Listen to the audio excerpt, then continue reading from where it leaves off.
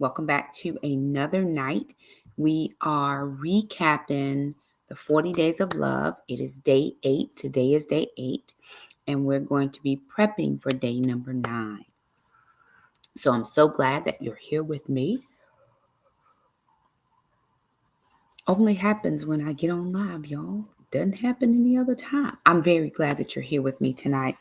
I'm not really sure how the days are affecting anybody else. I will say this, and I have got to get a new book. I need to sit down and order something. I'm kind of on this no spin, so I haven't ordered a new book.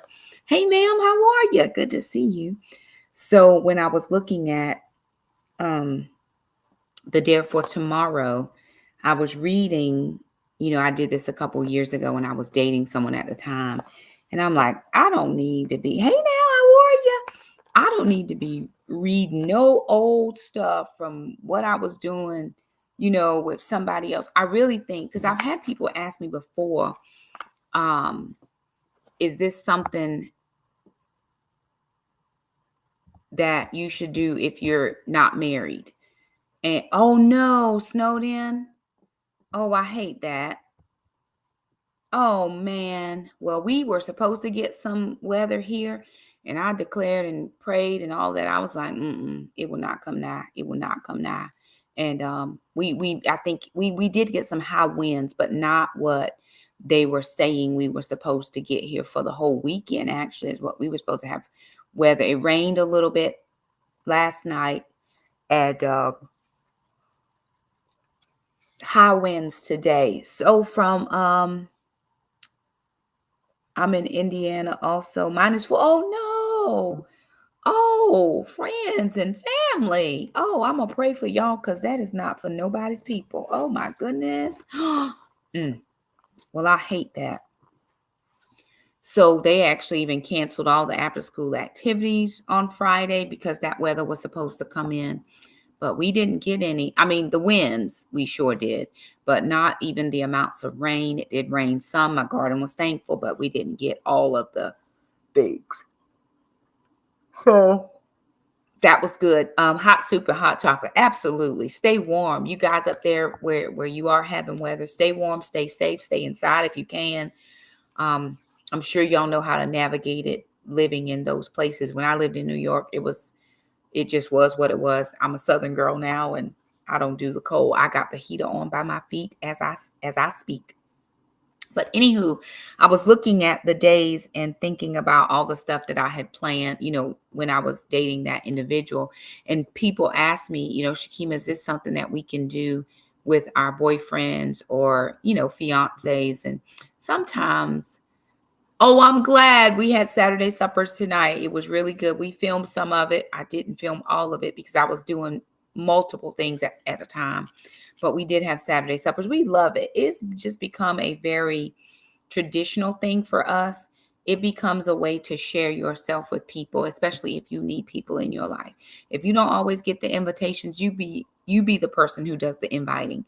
And it's not necessarily everybody that you think should come, but it's the people who need somebody. It's the people who need a place, the people who don't have anywhere to go. Look in those areas, and what you find after years and years is that you've created family from friends.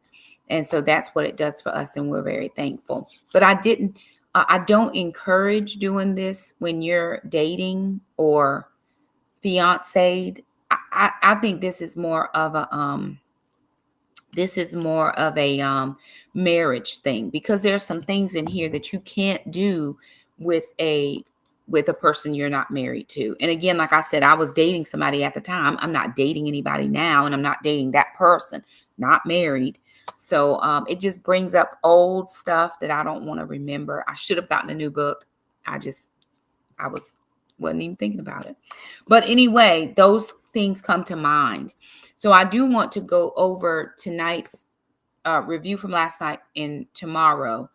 But after this live, I'm going live again. I'm going to be talking about something very different. So if you are able to stay, that's perfect. If you are not, catch the replay because I think it's going to bless you. I hope it does anyway. So I want to jump in because I don't want to be on here very long. Tomorrow is not a long drawn out day, but it could be a challenge for some of us. who have not been in this space with our spouse for a while. So I want to go back and recap today's dare, which was day 8. Today's dare was determined to become your spouse's biggest fan and to reject any thoughts of jealousy. To help you set your heart on your spouse and focus on their achievements, take yesterday's list of negative attributes and discreetly burn that list. Then share with your spouse how glad you are about a success or a blessing he or she recently enjoyed. How did that go? Did anybody have success in that? Did anybody have a challenge burning the negative list? Did anybody find it challenging to celebrate or enjoy your spouse? Was that unnatural? Did it feel unnatural to you? Because some of us, because we don't celebrate our spouses on a regular basis, anything like that tends to seem very unnatural. That is why we should always be singing their praises, shouting them out, cheerleading them, high-fiving them, because then that behavior does not become foreign to us. The least or the less you do something, the more foreign it seems, right? And so I think it's always, somebody wrote on here, her videos are so uplifting and encouraging for the spirit to dwell in your home. I think and thank you for saying that. I do try to set an atmosphere in this house because I know what it was like before. It was not like this. And so now I seek the Lord. But if I can come on here, how good a wife would I be if I can come on here and encourage everybody else, but I couldn't encourage my spouse at home? That would be hypocritical. Like, what life you live in that's different. But I want to be able to support my spouse, to encourage my spouse. I want my children to be encouraged. I'll text them randomly, hey, bud, proud of you. Good, you did a good job on whatever it was. I text them all different. Shamika's got her own stuff, being an adult woman. Trandon's an adult, and whatever little thing they want to share with me, or I follow Trandon on Instagram, and so he's joined the soccer club out where he lives in Texas, and so I will say, good job, bud, I'm so happy to see you out there. Just making sure they know I see you, because that's what that encouragement says. I see you. I see your efforts. Perfect. No, but I do see you. Let me see. Carla said, success so much so he made dinner. Okay. Even the kids came up with reasons to cheer him on. Very good. That is it right there. If you don't take anything else from anything we share these next 32 days, it is about showing the next generation of people how to do this. Grandkids, your kids, neighbor kids, nieces, nephews, we want to show other people how to do it. And then when we create, that becomes the atmosphere created in our homes, and then it's perpetuated outside of our home. My children won't do anything that they didn't see continually or habitually done in this house, unless just by sheer act of will. I didn't see any of this stuff done in my house, and I knew I wanted something different. I needed something different for me, for my personality. So I had to watch people, and I had to look and see who I could emulate. And I was like, oh, I like the way she did that. Or, oh, I like the way that couple did this, that, or the other. And I had to say, you know what? I want this for my family. And it began to change things for me. So I pray that as I step into this next season of dating, courtship, marriage, that I'm always encouraging to my spouse as well. Yolanda said I was successful at celebrating him, but it was foreign to do it continually throughout the day. Now, you went above and beyond, Miss Homework, ma'am, because it was just one thing. So very good. But how about if you find it challenging to do it all day long, how about you find one thing every day for a lot of days, right? Instead of trying to celebrate for all the hours, let me just celebrate one thing today, but also try to find something for tomorrow, because it was only one. But that was very good. And make it genuine, right? Because when we do stuff out of the wrong motive, or it's not genuine, people know. So, hey, I genuinely appreciate whatever it is that you appreciate, or good job on that presentation. You might not have got that promotion, but listen, y'all, remember that I didn't watch This Is Us. I know that was a big thing. I didn't watch This Is Us I don't really do a lot of TV, YouTube videos. But there was this one particular scene with Sterling K. Brown in it. And I don't know who played his wife at the time, but he was trying to go out and get this job. And boy, oh boy, she took that man's hands in her face and she just talked him up. She straightened up his tie, made sure his buttons was off, because he wasn't feeling it. He was like, I don't know if I'm. She was like, you know who you are. And she really encouraged that man. And I've kept that thought process in my mind for a very, very long time. And I was so thankful to be able to see that as an example of how you should be spurring your husband on. Hebrews chapter 12, verse 24, I believe, it says that we should be spurring each other on. It talks about, those who are running the same race. We should be encouraging each other to finish, to complete, to do all the things. However, we should be doing that same thing in our home as well. That was dare number 8. For tomorrow, let's jump into tomorrow's section. So day 9 is an affection day. This is one of those days where, for physical touch people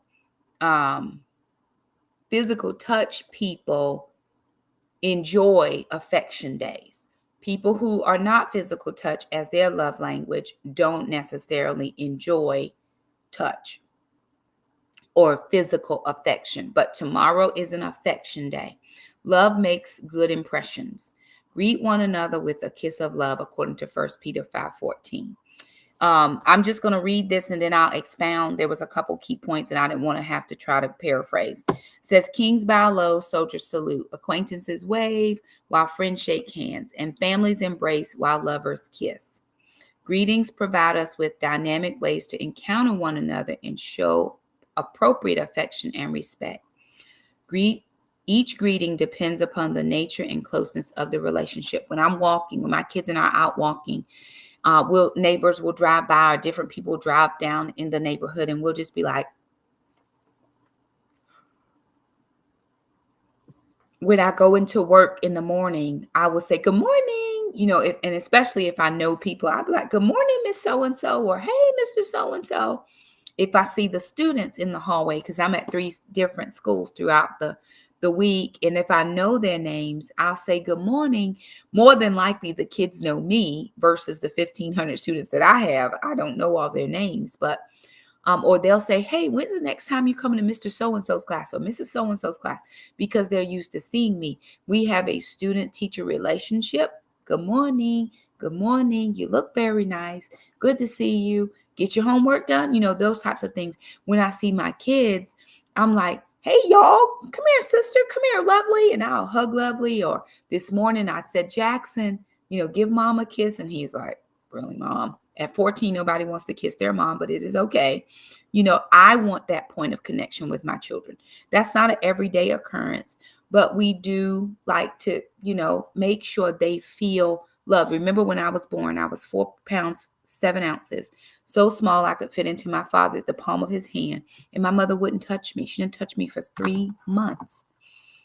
Person like me has a tendency to feel rejection because I didn't get that physical touch. When I was married, my ex-husband did not like physical touch. It was not his love language. He didn't appreciate it. I needed it because of what I was going through in my past. That's why we're unpacking these bags.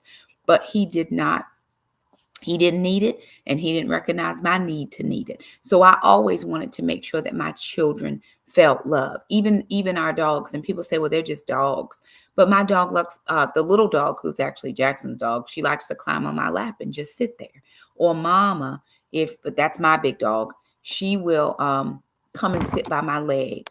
Or if I'm in the office working, she'll come and sit under my desk on my leg or on my foot. Or I have her bed right here. She'll come and she'll lay in the bed, but she'll make sure her head is on my leg. They just like, people like affection, right? And the types of affection that you give or receive say a lot about people. One of the biggest things that I noticed, not that I'm trying to be in people's business, because it's not my business. Listen, the one thing that you ain't never gonna have to worry about me is being in your business, because I got too much business to mind over here. But the one thing, praise the Lord, I love it. The one thing that I I notice quite often is when husbands and wives are in conflict with each other, because you see that. You see a look, or you see a thing, or you notice they're not as close to everybody else, or they'll talk to you but then they'll give them a look, and I'm like, wow, what exactly is going on over there? Now, I'm not saying pretend with your spouse, but I am saying that when you go out and people see you, we can kind of dial into what's going on at home. And most times it's not just a random occurrence. This is your everyday posture towards that person. There is a thing. I'm like, Lord have mercy. And then I try to go do something else. Oh, Jesus, please, Lord, don't let me act like that. Because people are looking. It doesn't matter where you go or what you're doing or who you're with. People are sizing you up. They are looking to make sure that what comes out of your mouth is exactly what you live in. If people will tell you that they're not watching your witness, that's a lie. People are watching your witness, and you can damage it. I can damage my witness by coming in here doing all kind of manner of foolishness. I remember one time I had a lady, I have had to block her, and I normally don't like to block people because it just bothers me.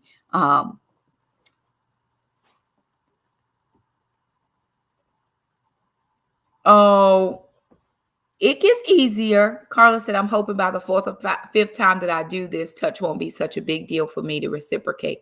Because here's the thing you have to think about, Miss Carla. It's not about you. When you take away the fact that it's about you and what you don't like and how you don't want to do it, or whatever the case might be, think about it as this is for them.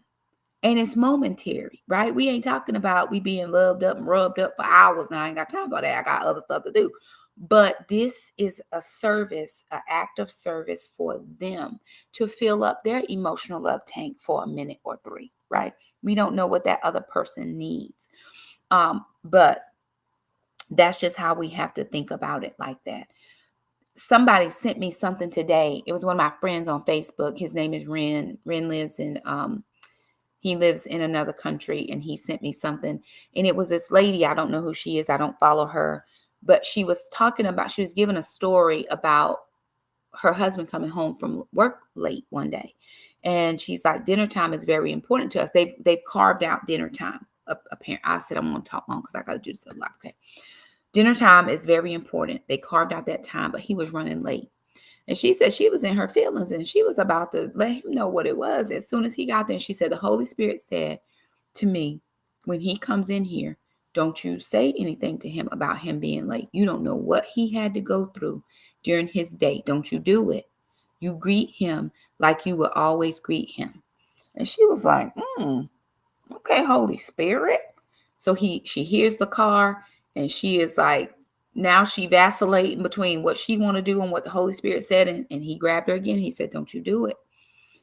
And she says, when he walked into the house, she walked over to the door. She grabbed him up, just greeted him in a nice, lovely kiss and all the things. And he said, you do not even want to know the day that I had. Let me tell you what happened to me. And in that moment, immediately broke her, she said. She said, I almost went in there and disrupted his whole day to have that continue. Because I was about to let him know, oh, we carved out this time for dinner, and now you're going to be late. Oh, you rolled up in here. She was about to let him have it. And it was like Holy Spirit had to say to her, don't do that. And that man just came and poured out his whole heart to her over what had happened at his work. There is a way that we greet people. All of us are tired. Most of us work, and our spouses work. Very few of us stay home, or we work different shifts. So we hardly seeing each other. We just passing each other in the night, whatever the case is. But we still have to extend hospitality even to our spouses. Do you know what I would give to have someone walk in this door that I could go and greet them? Do you know? And some of us have spouses at home, and we don't say 2 kind words. Ain't got three kind words to string together. It's always accusation first. We'll not grab them around the waist and hold on to them and say, I am so very thankful for your leadership in this home. Do you know what women like me who desire marriage would do? if the Lord granted us our request?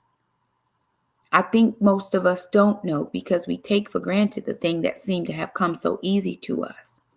And it is not easy for everybody. Some of us are walking this road alone and we don't want it. He talks about the Jewish people in here. He said the Jewish people have always had a custom of in their greetings. They say shalom, peace be unto you, peace into this house.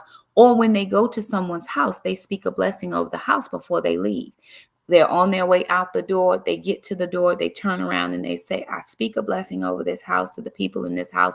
May they be prosperous. May they have good success. All those types of things. Now we go to people's house. We don't take nothing. We don't take nothing. Nothing. Partially because we weren't taught that. You weren't taught hospitality. When you are invited somewhere, you take something over. We don't even speak to folks when we come in. When I leave the barbershop, I say, everybody have a good weekend. I don't know half the people in there, but that's kind. That's just, hey, I'm acknowledging it's my turn to leave. Y'all still got to be in here for 4 more hours at the Black Man Barbershop. Y'all have a good weekend now. When you show up somewhere, hey, everybody, how y'all doing? Just common courtesy. And we can't even get that in our own homes.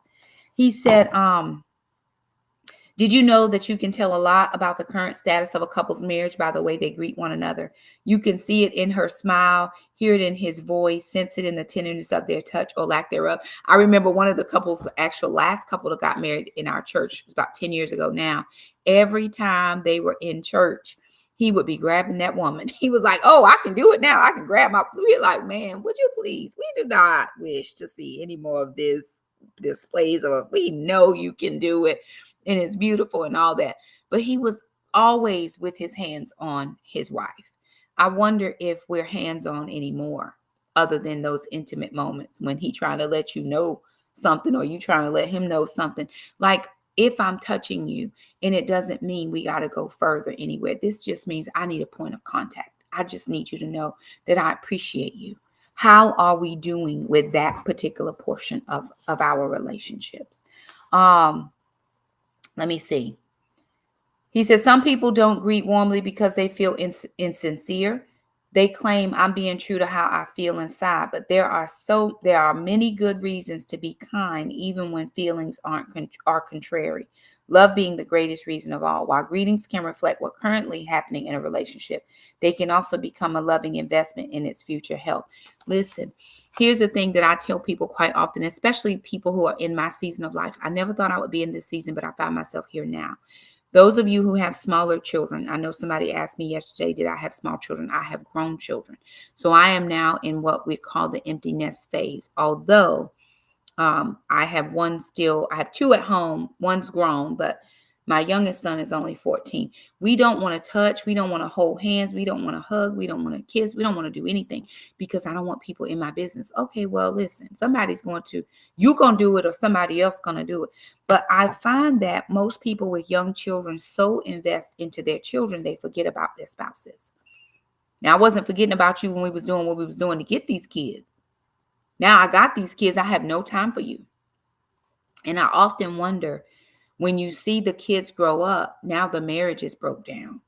The marriage is broke down. We don't know how to relate to each other. As soon as the kids are out of the house, now the husband has other hobbies and people filling up his time. Before you know it, he's in a midlife crisis. He done bought a Ferrari or a convertible. He hanging out with the much younger women at the office. He's going to happy hour. The next thing you know, he's like, I'm not fulfilled in this marriage anymore and I need out. And it could be the same for the wife as well. But if we're always nurturing our relationship, those babies cry. That's what babies do. As soon as they start talking, they will stop crying, and you will wish they would stop talking because they just talk. It is not going to hurt them to cry for a minute or 3 while you greet your spouse. It is not going to hurt for you to put the baby in the bassinet, the bumby, or the little swing while you give your husband your full arms, right? As soon as he come home, you want to give him the baby. Take this baby. I've been here all day. No. He been working too. Why don't you take some time to nurture that relationship? One of the biggest things I tell people, especially parents, put the babies to bed in their bed, not in yours. Don't start habits you're not trying to continue.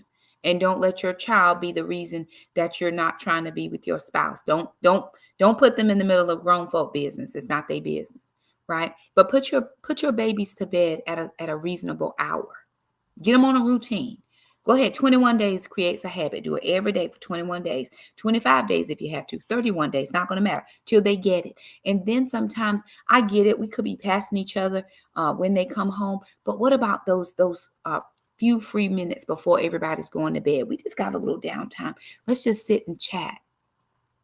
One of my greatest wishes is if I marry someone who loves sports. I like certain sports, basketball to be one, not anything else really.